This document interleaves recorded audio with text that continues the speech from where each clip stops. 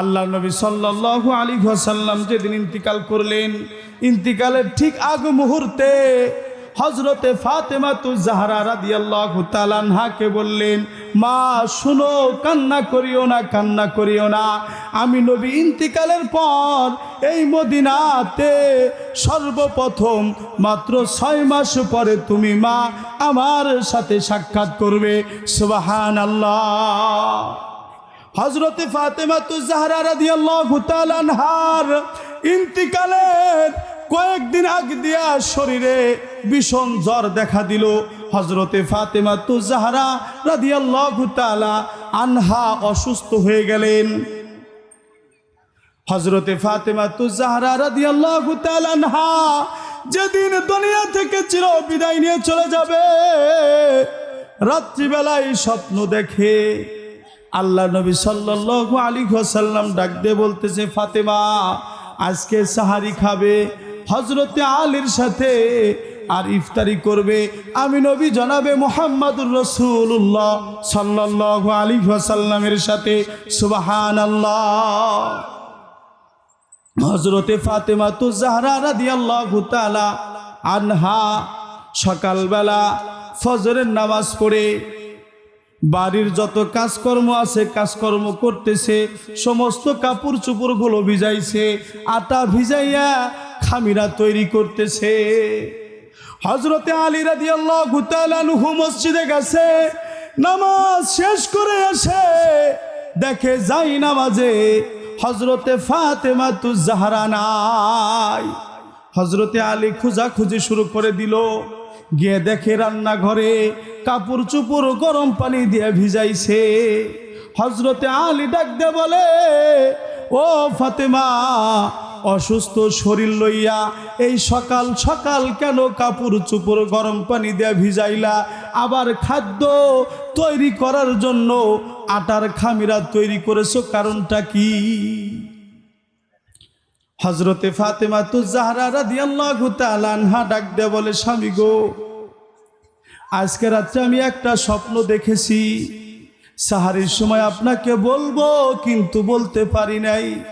ওগো স্বামী, আমি যদি সাহারির সময় সেই স্বপ্নের কথাটা বলতাম আপনি সাহারি খাইতে পারতেন না। ওগো স্বামী, আমি রাত্রিবেলায় স্বপ্ন দেখেছি, আমার বাবা আমাকে স্বপ্নে এসে বলেছে সাহারি খাবে হযরতে আলীর সাথে আর ইফতারি করবে আমি নবী জনাবে মুহাম্মদুর রাসূলুল্লাহ সাল্লাল্লাহু আলাইহি ওয়াসাল্লামের সাথে। এই কথা শোনা মাত্রই হযরতে আলী রাদিয়াল্লাহু তাআলা আনহু চিৎকার মেরে দিছে, ও ফাতেমা, কি বলো? আমার রাসূলের স্বপ্ন তো মিথ্যা হতে পারে না। স্বামী আর স্ত্রী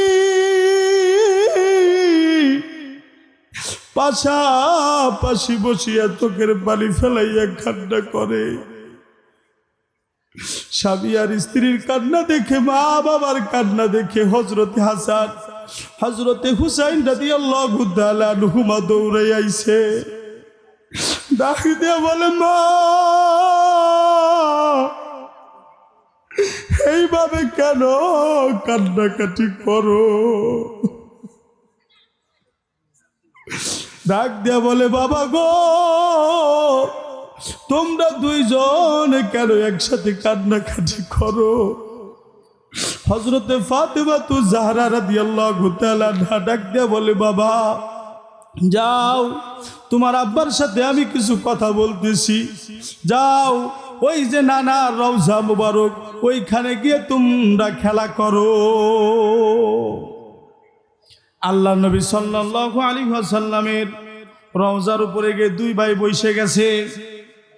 রওজার উপরে কি দুই ভাই বসে গেছে, জীবিত থাকা অবস্থায় কান্দের উপরে বসে নামাজে গেছে, সেজদারত অবস্থায় দুই ভাই নানার পিঠের উপরে বসে ঘোরা ঘোরা খেলে। কথা বলেন ঠিক কিনা? দুই ভাই নানার রওজার উপরে বসে নানার সাথে গল্প শুরু করে দিছে। নানা রওজা মুবারক থেকে ডাকতে বলে হযরতে হাসান, ও হযরতে হুসাইন, আজকে কেন তোমরা আমার রওজায় আসলে এত তাড়াতাড়ি? ডাকতে বলে নানা ভাই, মা আমাদেরকে আপনার নিকট পাঠাইয়া দিছে। নবী ডাকতে বলে হযরতে হাসান, হযরতে হুসাইন, যাও যাও মায়ের কাছে যাও, আজকের পর আর মা পাবে না। হযরতে হাসান হযরতে হুসাইন দুই ভাই দৌড়াইয়া মায়ের কাছে আসছে, মায়ের দুই পাশে বসে গেছে। হযরতে ফাতেমা তো জাহরা রাদিয়াল্লাহু তাআলা ডাকতে বলে, ও কলেজার টুকরা সন্তান, তোমরা কেন কান্নাকাটি করো? হযরতে হাসান হযরতে হুসাইন ডাক দিয়ে বলে, মা গো, আমাদের কাছে আর লুকাইও না,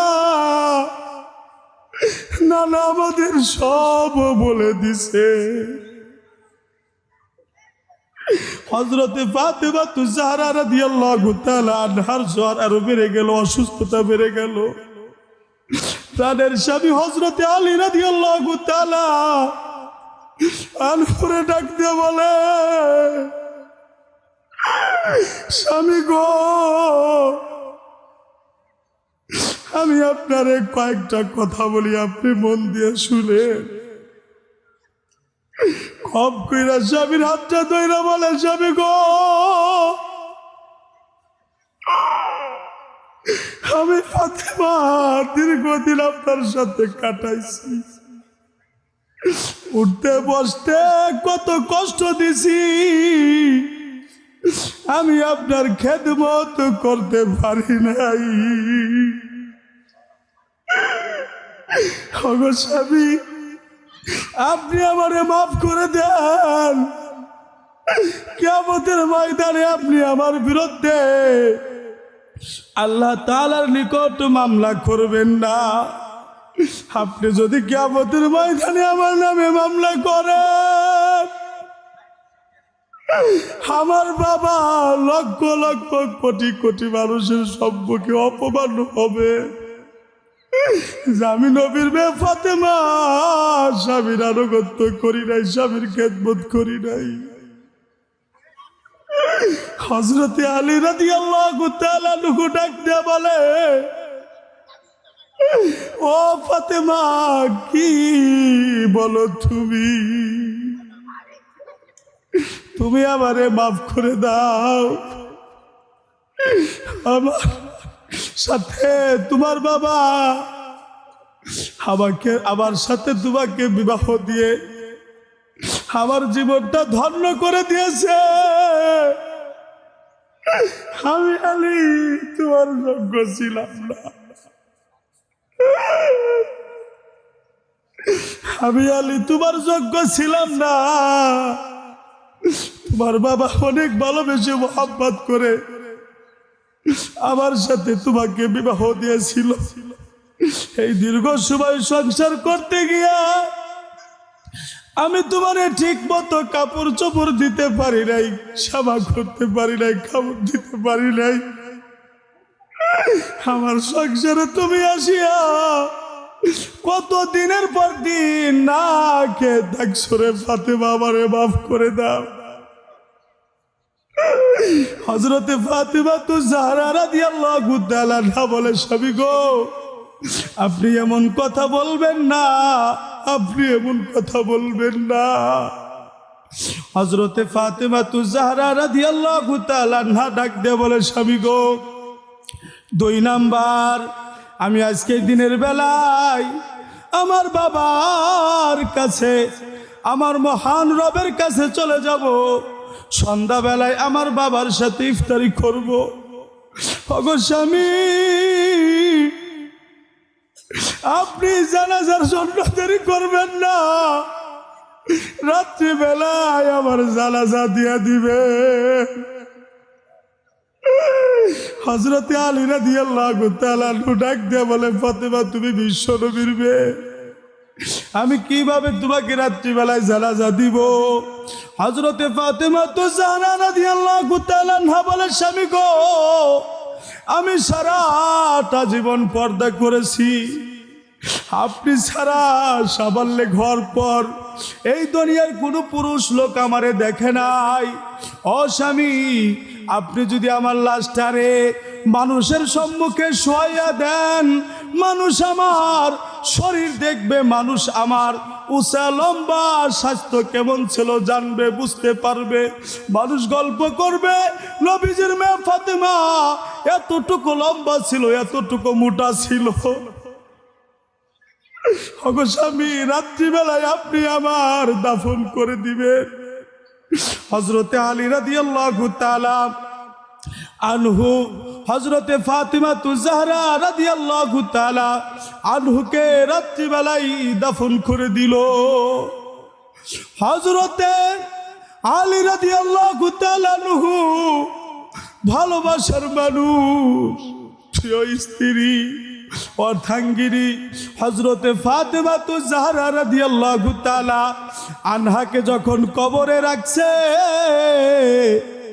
রাত্রিবেলায় অন্ধকারের মধ্যে ওই মদিনাতুল মুনাওয়ারা সবুজ গম্বুজ হইতে নূরের আলো দ্বারা কবরখানা আলোকিত হয়ে গেছে। সুবহানাল্লাহ। হযরতে আলী রাদিয়াল্লাহু তাআলা আনহু হযরতে ফাতেমা জাহরা রাদিয়াল্লাহু তাআলা আনহাকে অন্ধকার কবরের মধ্যে রাখিয়া যখন রওনা দিছে, ভালোবাসার স্ত্রী সুখে দুঃখের সাথীরে কার ভুলা যায়? পিছন দিকে তাকায়া হযরতে ফাতেমা জাহরা রাদিয়াল্লাহু তাআলা আনহার কবরখানা দেখবো।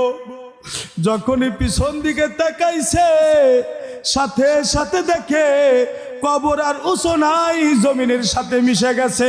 আল্লাহু আকবার।